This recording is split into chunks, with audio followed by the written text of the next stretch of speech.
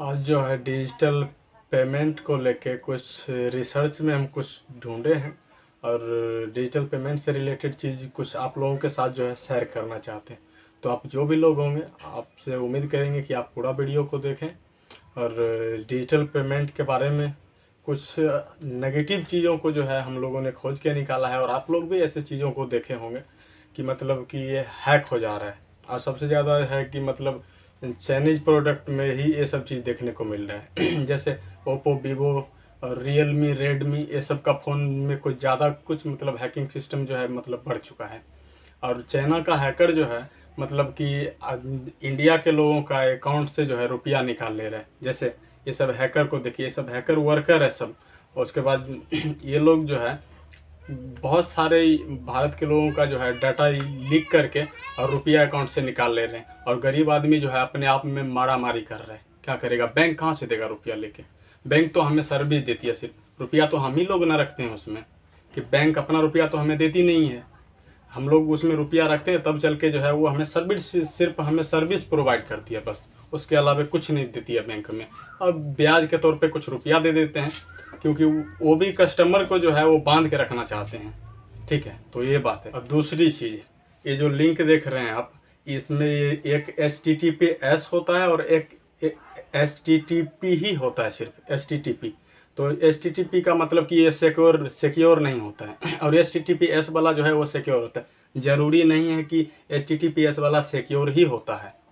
और चाइना का हैकर भी मतलब इस टाइप का लिंक को जो है आपके मोबाइल पे भेजते हैं। आप जो फ़ोन खरीदते हैं ना, ओप्पो वीवो रियलमी रेडमी ये सब का, तो वो लोग अपना फ्यूचर जो है कुछ दिन के बाद जो है, आप मोबाइल को खरीद जब लेते हैं उसके बाद जो है वो अपना फीचर्स को, वो फीचर्स दिखता नहीं है फ़ोन के अंदर, ठीक है, लेकिन वो फीचर्स उसमें रहता है। और चाइना का हैकर जो है आप उसमें मोबाइल को बैंक से जोड़ देते हैं, OTP आता है उसमें, ये OTP और जो भी आपका मतलब प्राइवेसी है वो सारा लीक कर देता है। वो लीक करने के बाद जो है आपका बैंक अकाउंट जो है वो खाली कर देता है। तो ये सब चीज़ों से बचें और कम से कम जहाँ तक हो सके चाइनीज़ प्रोडक्ट का इस्तेमाल मत किया कीजिए आप लोग, ठीक है। तो चाइना जो है लोगों की कमजोरी को पकड़ रहे हैं, ठीक है। कहाँ पे लोग क्या कमजोरी कर रहे हैं, सस्ते चीज़ों में अच्छी चीज़ को दे देते हैं। ज़रा इस मोबाइल को देखिए, कितना प्रोफेशनल दिख रहा होगा ये मोबाइल।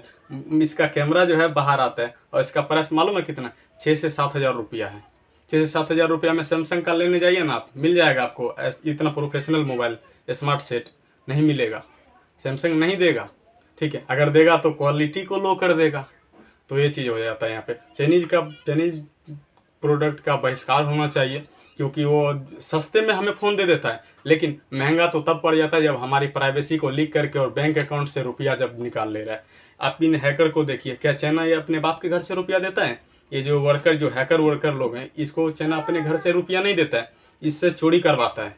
भारत के लोगों का रुपया जो है चोरी करवाता है और भारत के लोग बैंक मैनेजर को जाके मतलब उल्टा सीधा बोल देते हैं। अपनी प्राइवेसी पे यार खुद हम लोग दुश्मन बन जा रहे हैं। तो ये सब चीज़ गलत है। तो यही सब चीज़ को बताने के लिए आप 3-4 दिन से रिसर्च में लगे थे हम इन सब चीज़ों को, तो आज ढूंढ के लाए हैं। और आप लोग जो है मतलब कि इस जो भी आदमी आपके रिलेशन का हो या दोस्त यार का हो, अगर डिजिटल प्लेटफॉर्म या यूज कर रहा होगा मनी ट्रांजेक्शन का, तो उन तक ये संदेश जो है ज़रूर आप भेजें।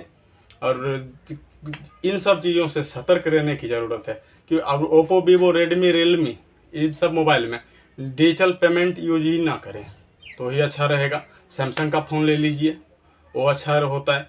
उसके बाद और भी बहुत सारी फ़ोन है, ब्रांडेड फ़ोन है, वो भी ले सकते हैं आप। लेकिन हाँ, ये है कि वो थोड़ा महंगा है और चाइना का प्रोडक्ट जो होता है वो बहुत सस्ता हो जाता है, तो लोग सस्ता समझ के उठा लेते हैं। लेकिन वही बाद में दुश्मन बन जाता है जब अकाउंट से जब रुपया निकल जाता है लोगों का। अलग अलग कभी कभी आप ऐसा भी मतलब देखे होंगे कि आप कोई चीज़ को सर्च मारते होंगे ना गूगल में, तो उसका 3-4 दिन तक जो है मतलब प्रचार एडवर्टाइजमेंट उसका दिखाते रहता है। क्या है, पूरी दुनिया में जो है मतलब डाटा का खेल चल रहा है पूरी दुनिया में। और सबसे ज़्यादा जो है, अगर भारत में अगर बलात्कार हो जाता है ना, तो भारत सरकार नहीं ढूंढ पाता है बलात्कारी कहाँ है। लेकिन चाइना में अगर उसके घर का आदमी अगर गायब हो जाएगा तो उसका परिवार वाला नहीं जानता होगा कि मतलब यहाँ पे मेरा आदमी घर पे था, नहीं है अभी। लेकिन गवर्नमेंट को सब पता रहता है क्योंकि वो वहाँ पे हर जगह पे जो है कैमरा लगा के रखा है। हर आदमी का चेहरा जो है वो डिटेक्ट कर लेता है और सरकार को भेज देता है सीधा। तो ये चीज़ हो जाता है यहाँ पे। कभी ऐसा नहीं सुने होंगे कि कोई नेता का या बड़े बिजनेसमैन का जो है अकाउंट से रुपया निकल चुका है, नहीं सुनते होंगे।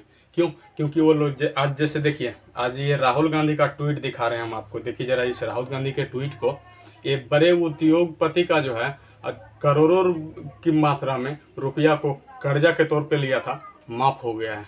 राहुल गांधी आज सुबह में ट्वीट किए थे, उन्हीं का ट्वीट में दिखा रहा हूँ, वो ट्विटर पे ट्वीट किए थे। करोड़ों रुपया जो है एक बड़े उद्योगपति का माफ़ हो गया, लेकिन गरीब लोग जब एक पता है, आप लोग वीडियो देखे होंगे, सच तक चैनल पे हम देखे थे वीडियो को, वो दिखाएंगे आपको भी।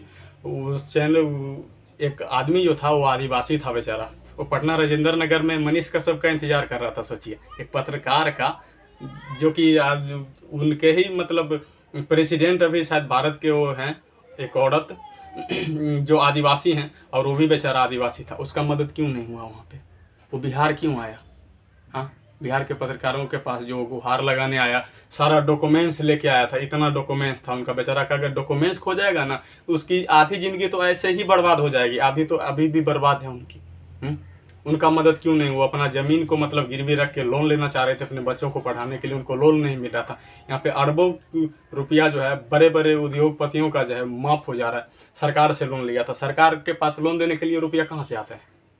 कभी सोचे इन बातों को? कहाँ से लाता है सरकार रुपया?